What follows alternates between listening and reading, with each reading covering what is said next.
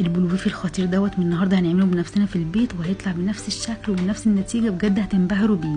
اول حاجه هنجيب كوبايه ميه مغليه، بصلايه يكون متقطعه 4/4، ورق لورا، فلفل اسود. هنكون محضرين نص كيلو لحمه مفرومه، هنسيبه على نار هاديه لمده نص ساعه. بعد كده هنطفي على النار، بعد ما يستوي هنشيل ورق اللورا، هننزل بمعلقه ملح صغيره، نسيبه على جنب يبرد. هنجيب معلقتين جيلاتين، معلقتين ميه، هندوب الجيلاتين. هنكون محضرين مكعب ماجي، بابريكا، زبده، نحطهم على اللحمه المفرومه وننزل بكله في الخلاط، هنضربه كويس جدا لحد ما اللحمه المفرومه تكون ناعمه. في اخر حاجه هنحط الجيلاتين وشويه من لون الطعام المصرح بيه. هنجيب علبه هندهنها زيت عشان لما نيجي نخرج منها البلوبيف نخرجه بسهوله، هنسيبه ليله كامله في التلاجة.